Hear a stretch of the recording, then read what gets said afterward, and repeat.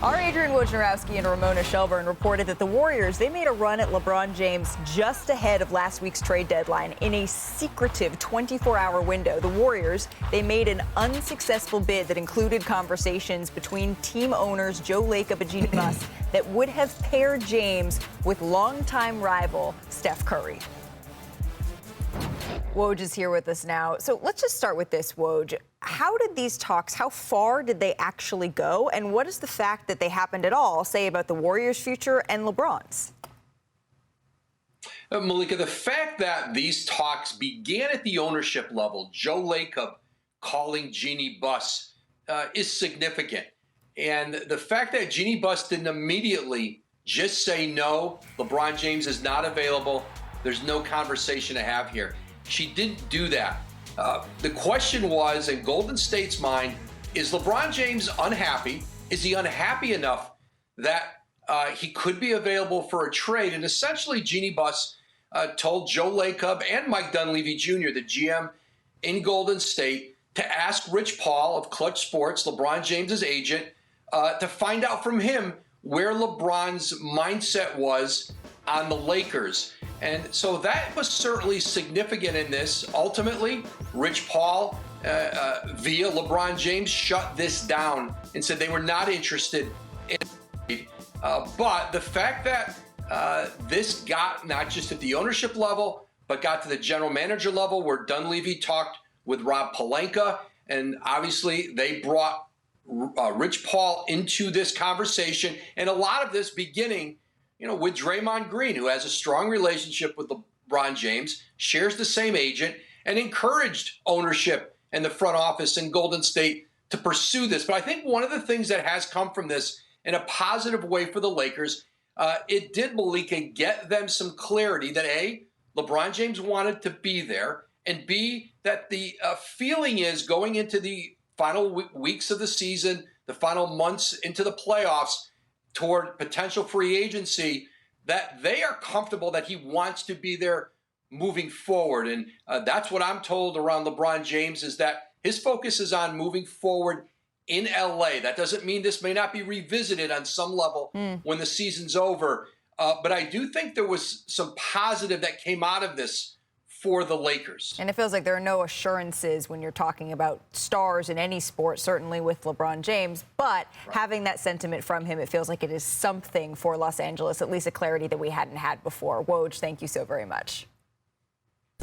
But let's just play this out, all right? Because next offseason, LeBron, he has to make a decision on his $51.4 million player option. If he declines it, he would become an unrestricted free agent. And if LeBron wants to go to a team without cap space, like, I don't know, the Golden State Warriors, he could opt in, and then he could be traded for a matching salary. So that's how all of that would go down. But Brian, to me, one of the most interesting parts about this is that the phone conversation didn't just end with no click.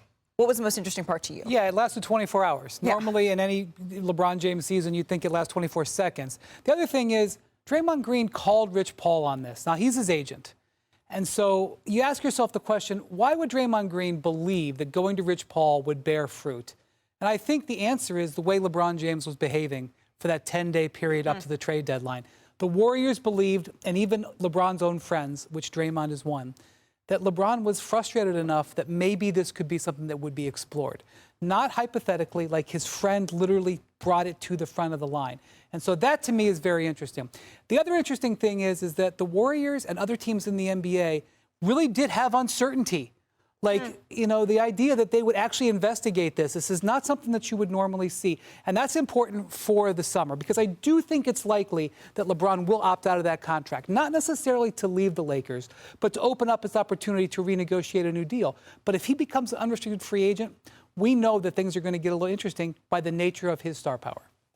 Man, LeBron ain't going nowhere.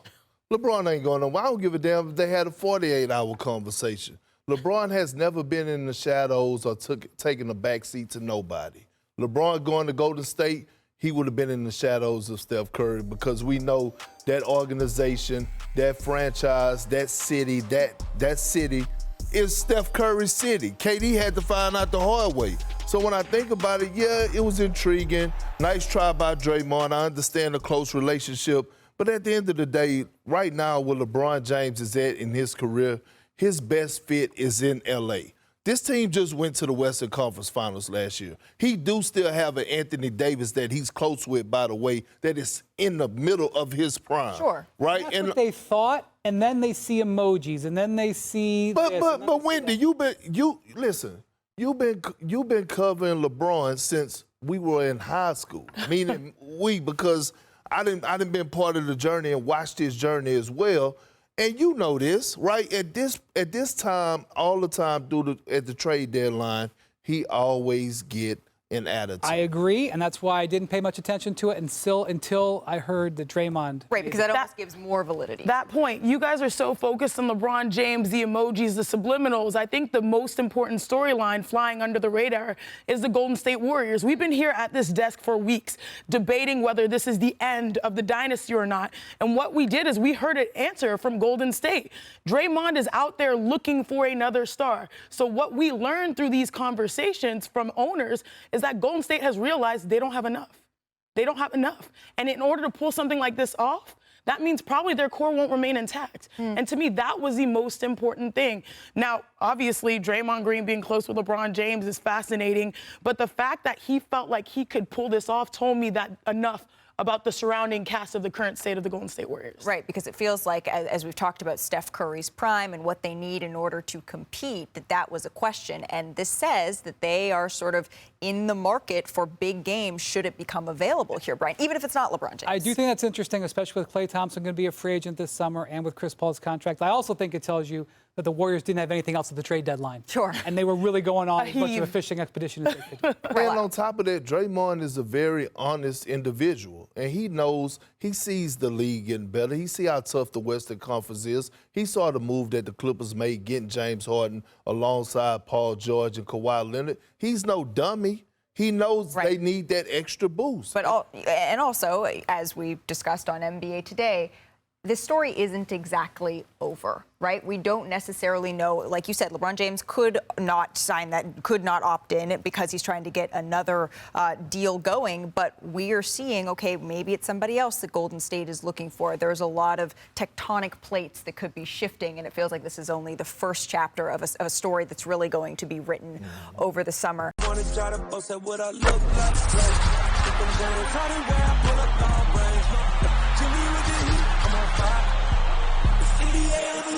NBA,